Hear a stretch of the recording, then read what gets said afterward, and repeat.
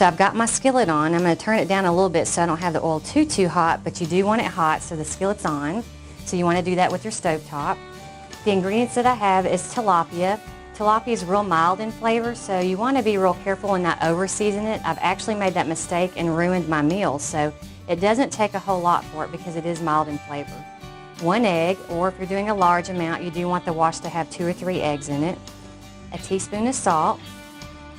A half a cup of oil, and if you're using a larger skillet, you want to make sure that it covers the entire skillet so that way you can fry your fish. And this is olive oil, which is really good for you. Okay, cayenne pepper, a tablespoon and a half of cayenne pepper. And on the cayenne pepper, you want to make sure, myself and my family, we make this really, really hot. We like to have that flavor in there. If you don't like hot and you're like my mother and you like the mild, you can even do a half a teaspoon of cayenne pepper, so be real careful with that. But again, for this recipe, we're using a tablespoon and a half. And then a tablespoon of pepper.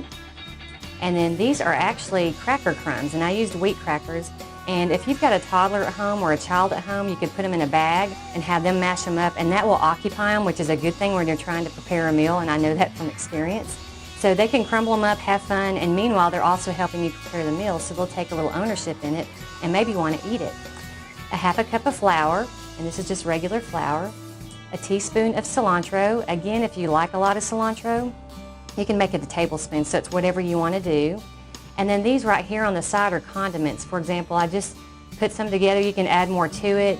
You could put lettuce with it. I've got onion, spinach, tomato, and cheese. You can use any type of cheese you want or any toppings. I just like to add that for color, flavor, and it also makes it more nutritious. So once you have all your toppings, that's something that you could choose on what you want to put on there. You want to put your dry ingredients in a container.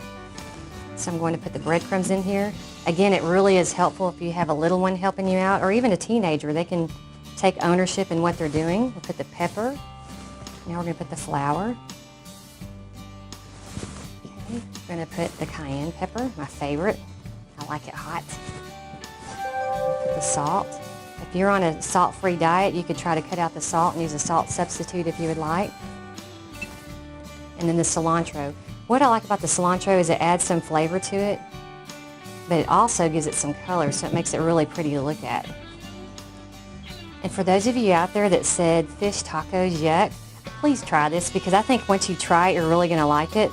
A friend of mine's husband named Michael said, you need to do fish tacos.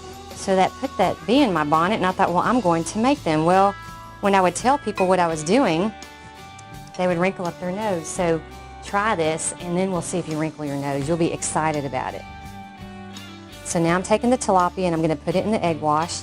Tilapia is really, really good for you. It's nice and healthy to eat. Okay, while I'm letting that sit there, I'm going to go ahead and place my oil in my... You want to be careful and not put it in there too early, because if it gets too hot, it can splatter and it can make a mess. I'm going to turn that temperature a little bit up. And you want to coat this really, really well. I like to have a lot of breading on it. It gives it a good flavor. And I'm just going to set that one aside while that oil's warming up and do another one. And again, these are fillets, and they come in a package of 6, and they're individualized. What's nice is you slice that fillet in half lengthwise, and then what you'll do is you'll have actually 2 tacos out of 1 fillet. And the advantage is there's 6 fillets, but you can actually make 12 tacos with it, so it's very cost efficient. I'm just going to put this breading on there. And you can use bread, if you don't have a little one at home or you don't have time to mash up the wheat crackers, you can actually use breadcrumbs. You can use cornmeal if you want. You could be as creative as you want. All right, so I've got these 2 ready. And you can see that green on there. It's really pretty. Tilapia is mild in flavor, so keep that in mind whenever you're using seasoning. And that's what you want to hear. You want to hear that little bit of sizzle in that olive oil. I'm going to turn it up just another notch. And what I'm going to do at this point, because I really want to practice good food safety, is I'm going to go wash my hands so that way I don't have to handle the food with this fish and breading on my hands and raw egg. So I shall return. So as you can hear that sizzle. Now, one of the tricks to whenever you're preparing something in an oil and you're frying it is you don't want to keep turning it. It's kind of like what people tell you about hamburgers. If you turn hamburgers, you can ruin the flavor. So what you want to do is you want to just let it sit there till it starts to brown. Once it's brown, it gets solid, and then that way you can turn it over and you won't lose a lot of breading. And a problem with losing a lot of breading is it will congest your oil, and you'll have to make sure that you use fresh oil too. But I wish you could smell this because it smells fantastic. And fish tacos are good for you and they're delicious too. You just want to make sure that you complete that. You put the whole amount of oil in the skillet so it covers the bottom of it. So as you can see, it's starting to brown a little bit. You can see that cilantro in there. It gives it a little bit of color. It smells great. Again, this is something that it seems like a lot of ingredients, but it really isn't, because you're basically putting them all in a bowl and then you're using that as a breading for your fish. And it doesn't take a whole lot to season it. So at this point, I'm starting to see it browning, which is a good thing. That's what you want to see. And fish doesn't take a long time to cook either, so once it starts to get to where, like the shrimp, you know, when you're preparing the shrimp, when it loses that opaque color, same thing with the fish, that's when you could go ahead and turn it over. And you want it to be flaky whenever you're done. You can use tongs. The only problem with tongs is whenever this fish gets tender, sometimes it will fall apart on you. You don't want to lose any of that fish because it's really, really tasty. I really like the way it looks too with that breading. It gives it a nice crispy taste. And then you bite into it and it's nice and moist. You've got that cilantro again for the color. It's nice and brown. And then also what I've already done ahead of time is you just basically with your tortillas, if you use a corn tortilla, you want to make sure that you brush it with a little bit of olive oil. You put it in some foil, you could place it in the oven. You do that at the very beginning before you start preparing this part, so that way when you pull them out of the oven, they're nice and moist and pliable. If you don't put any kind of like olive oil or a little bit of butter or something like that on it just to get it to where it's nice and tender on the tortillas, what will happen is they'll crack. And you could use flour tortillas if you'd like to. I just like the taste of the corn tortilla with the breading and the fish. So as you see, this is cooking really well. It's got a nice crispy edge to it. This makes it delicious. You want to hear that sizzle, you know it's working on it at that point. And if you notice, the color is getting to be to where it's white and it's not clear looking like fish is whenever you purchase it in the store. And please remember, whenever you buy fish frozen, not to put it on the countertop. I know it's a bad habit that a lot of us have had. What that does is it leaves you open for foodborne bacteria, and we don't want to do that. So as you see, it's nice and brown. It's starting to really look good. I'm going to turn this off. Of course, if you were preparing more, you would just leave it on. Place it on here. And if you want, if I were at home, what I would do is I'd have a paper towel and I'd let it absorb the oil. But in this case, I'm just going to place it on the plate for you. So I'm going to put one on a tortilla.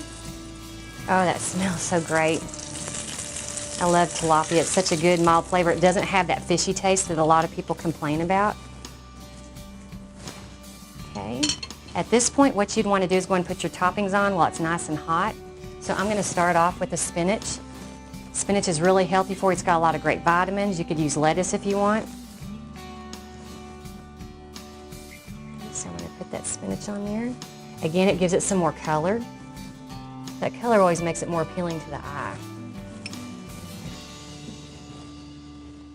Now I'm going to place some onions on there. Again, if you don't like onions, just leave them off. Oh, that little crispy edge there, that just looks fantastic. And in this case, I'm going to place some tomato. And as you see right beside the plate, I have some salsa. You can either buy homemade or make your own, or you could buy it already in a jar. And of course, last but not least, our cheese. And what it'll do is it'll melt on those exposed pieces of fish. And there you have it. I've plated it for you. I wish you could be here to enjoy it with me. It's delicious, it's nutritious, it's something really great tasting. And I hope what you do is whenever you try this, that you do experiment with it, and you can modify it. You can make it hotter if you'd like to. At my house, we do add more cayenne pepper. Or if you like it mild, you could just leave it with less pepper on it. So to complete this meal, what I've done, as you see, is I've got whole grain rice on here. I've added some onion on top of it. You could put some peppers on the side for color. You've got your salsa. You could do a salad with it or bean soup. You can be as creative as you want. This is a really, really inexpensive meal to bake or make for your family. It's like $1.50 per serving for 4 and $1.60 per serving for 6. So it's very inexpensive. It looks nice and exotic. You have a great Mexican meal. So please remember, next time you have questions or you need recipes or some nutritional information, to contact the Texas AgriLife Extension Service, because we'll be glad to help you. Thank you and have a great day.